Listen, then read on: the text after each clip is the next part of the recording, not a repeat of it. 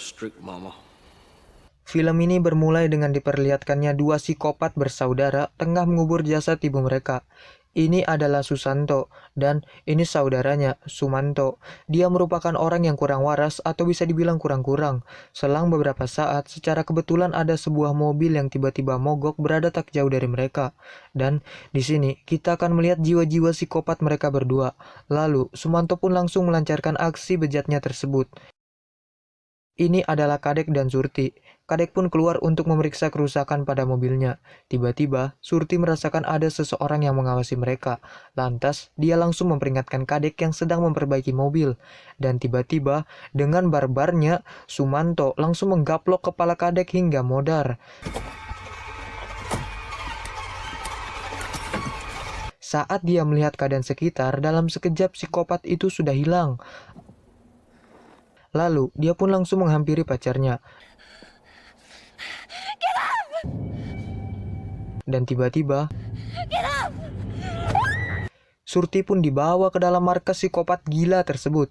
Tak lama, datanglah Susanto. Dan dengan tidak sopannya, dia langsung meraba-raba area terlarang Surti seenak jidat. Setelah itu, dia pun mengajak Surti untuk membuat anak bersamanya. I'm impressed.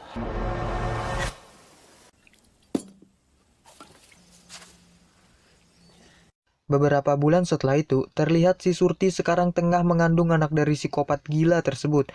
Tak hanya itu, dia pun juga diperlakukan layaknya seekor binatang. Setelah itu, dia pun dikeluarkan dari kandangnya untuk kemudian diikat.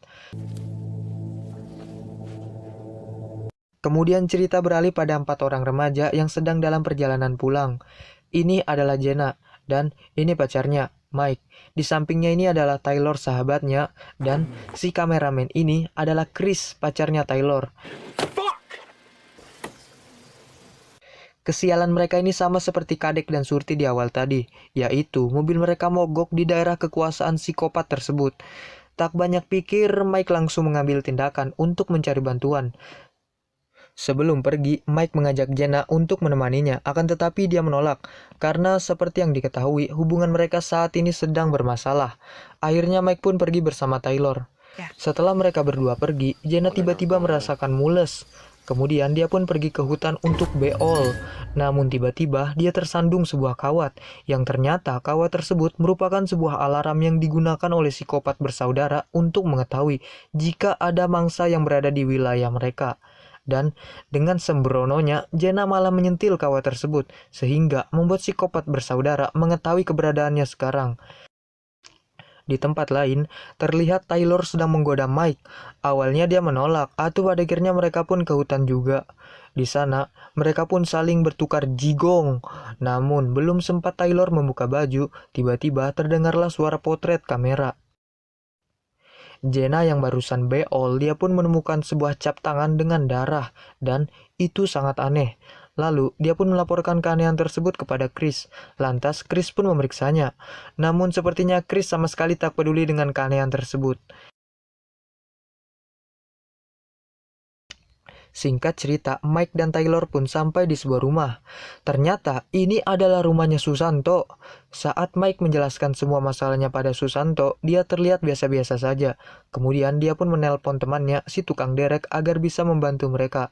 Tetapi, saat Mike mengatakan kalau di mobil ada 2 orang teman yang sedang menunggunya, ekspresi wajah Susanto pun langsung berubah jadi surhai. Willard, got a car needs tow. 2.5 miles south of here. Kid says they need to go. Spence says he can be there in a half hour. Great, we'll start back right now. I mean, friends are there already, so Your friends? we got 2 friends back at the car. What is that? Di mobil sendiri, Chris dan Jenna menyadari bahwa ada seseorang yang sedang mengawasi mereka. Saat Chris ngezoom dengan kamera, ternyata benar, ada orang misterius yang sedang memotret mereka. Why don't you let me give it a go? Di sisi lain, Mike sedang membantu Susanto untuk memperbaiki mesinnya. Tak disangka, Susanto menggunakan kesempatan itu untuk melancarkan aksi edannya tersebut. Di saat bersamaan, Chris dan Jenna sudah muak berada di dalam mobil. Kemudian mereka pun memutuskan untuk pergi menyusul Mike. Di tengah jalan, hal mengejutkan pun terjadi. Tanpa disengaja, mereka menemukan sebuah foto yang ternyata itu adalah foto mereka saat di mobil tadi. Namun tetap saja, mereka seperti tak menghiraukan keanehan-keanehan tersebut. Di sisi lain, Taylor sudah muak menunggu Mike yang tak kunjung keluar. Lalu, dia pun bertanya pada Susanto. Susanto mengatakan kalau Mike temannya, dia sedang beol di WC. Lalu, Taylor pun memutuskan untuk menunggunya saja. Namun aneh, setelah sekian lama menunggu, Mike tak kunjung keluar. Taylor pun heran, masa iya sih? Cuman beol loh, kok lama betul? Lalu, Taylor pun berinisiatif mendatangi Mike. Where's this bathroom? Mike, come on! Darling, you want to talk to him? You go back there. I'm trying to concentrate now. Terlihat dari gerak-geriknya, Susanto akan segera melancarkan aksi edannya tersebut.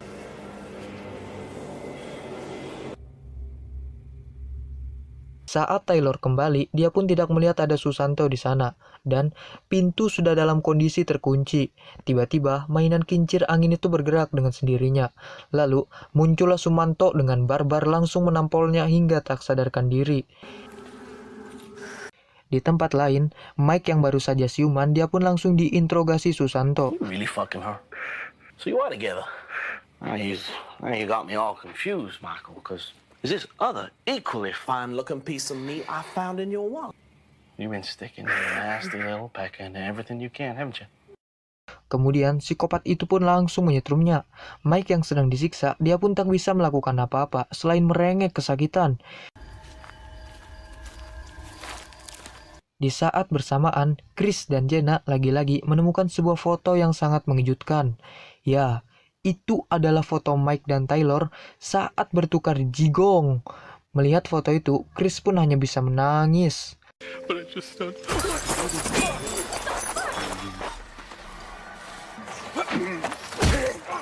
Tiba-tiba muncullah psikopat gila dengan membawa pisau jagal.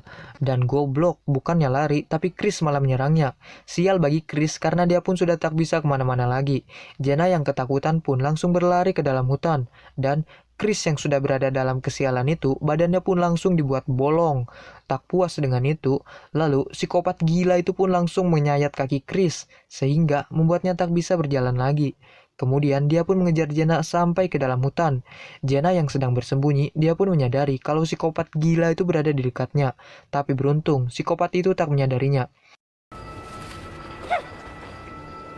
Psikopat itu pun kembali lagi mendatangi Chris, lalu menumbuk kepalanya dengan batu hingga pingsan. Jenna yang berhasil selamat, dia pun tidak menyadari bahwa sebenarnya dia malah nyasar ke markas rahasia psikopat. Dilihat ada mobil lewat, dia pun langsung mengejarnya untuk meminta bantuan. Dan ternyata, hehe, itu adalah Susanto. Dengan polosnya dia pun ikut bersamanya ke markas rahasia. Saat sedang menelpon bantuan, barulah dia menyadari. Ternyata ini adalah markas rahasia psikopat. Dan foto-foto itu merupakan foto-foto para korban mereka sebelumnya. I want to lay down some ground. You speak out of turn to me, and I'll blow that pretty joint. You do anything other than exactly what I tell you to do, I'm gonna shoot off one of your extremities. No, go on. Setelah bosan ngobrol, Jenna pun langsung ditampol Susanto hingga siup. Singkat cerita, saat sudah tersadar, Jenna pun sudah berada di sebuah ruangan bersama sahabatnya itu. Tak lama, datanglah saudara gilanya membawa Chris. Setelah itu, dia pun ditumbuk dengan kaki. Lalu, kepalanya pun dipelintir ke belakang, sehingga Chris langsung modar di tempat. I say that's pretty clear. It's compliance. Gun him up while he's still fresh. Go on. Kemudian, psikopat gila itu pun mengatakan bahwa dia ingin mencincang tubuh Chris. Lalu, dia akan memberikannya kepada mereka berdua untuk dimakan. Taylor yang tak kuasa membayangkannya, dia pun langsung muntah. Beruntung karena kayu yang menahan mereka sudah jabuk, mereka pun dapat meloloskan diri dari sana. Sumanto yang mendengar suara keributan mereka, dia pun langsung mengeceknya. Lalu, mereka berdua pun langsung menguncinya di dalam sana, kemudian pergi meninggalkan tempat itu. Psikopat itu pun semakin menggila saat dia mengetahui buruannya kabur. Dia pun terus berusaha mendobrak pintu sampai akhirnya berhasil keluar. Jenna dan Taylor yang berhasil kabur, mereka pun kembali lagi ke mobil dan bertemu dengan mamang tukang derek. Tukang derek itu pun mengatakan bahwa dia mengenal Susanto, tapi dia tidak mengenal Sumanto, saudaranya. Lalu mereka berdua pun mengatakan bahwa si Susanto dan saudaranya itu adalah psikopat gila. Kemudian tukang derek itu pun bersedia untuk menolong mereka. Namun anehnya, mamang tukang derek malah membawa mereka ke pinggiran hutan. Lalu dia pun mengambil senjatanya. Ya, mamang tukang derek ternyata adalah komplotan psikopat bersaudara. Kemudian tukang derek itu pun mengiring mereka ke suatu tempat. Di tengah perjalanan mereka, tiba-tiba muncullah Sumanto dengan barbarnya langsung menebas perut Taylor, lalu menarik ususnya sampai habis tak tersisa. Setelah itu, dia pun dicincang hidup-hidup. Jana yang masih hidup, dia pun dibawa kembali ke markas psikopat tersebut. Beruntung dia menemukan sebilah pisau yang sudah tersamar-samar di tanah. Kemudian dia pun dimasukkan ke dalam kandang ternak. Di sini dia bertemu dengan Surti.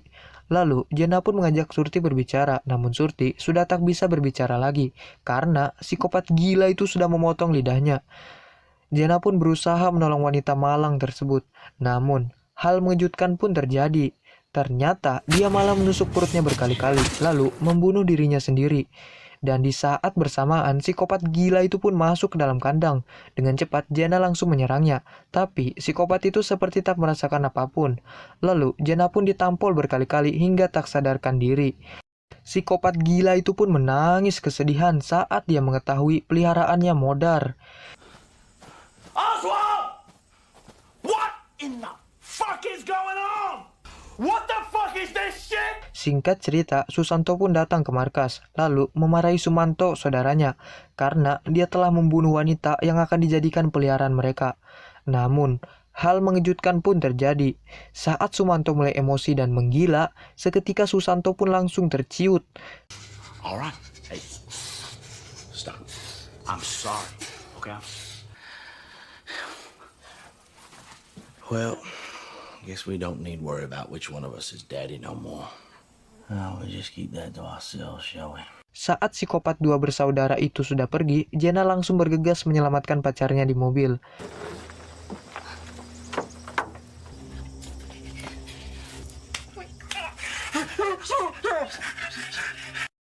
Where is he? Saat mau pergi, Mike menemukan shotgun di dalam mobil. Seketika dia pun langsung berubah pikiran untuk membantai psikopat bersaudara tersebut. Gelo sih, udah ada kesempatan untuk selamat, malah nyari mati.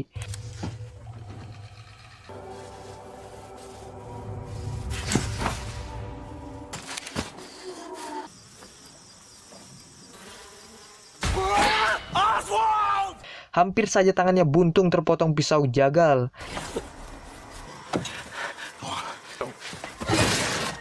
Sial bagi Susanto karena pisau jagalnya nyangkut.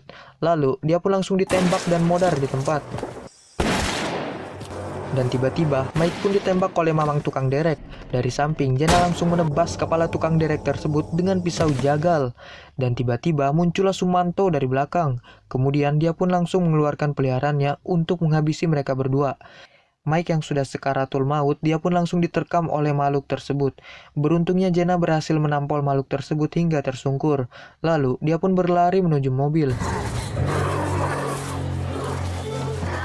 Saat sudah masuk ke dalam mobil, sialnya mobilnya nggak mau hidup. Kemudian muncullah Sumanto yang langsung menembak Jana hingga modar. Lalu mayat Jana pun dimakan oleh makhluk aneh tersebut. Dan film pun tamat. Sekian review kali ini, jangan lupa share, like, and subscribe, dan tulis pendapat kalian di kolom komentar. Terima kasih dan sampai jumpa.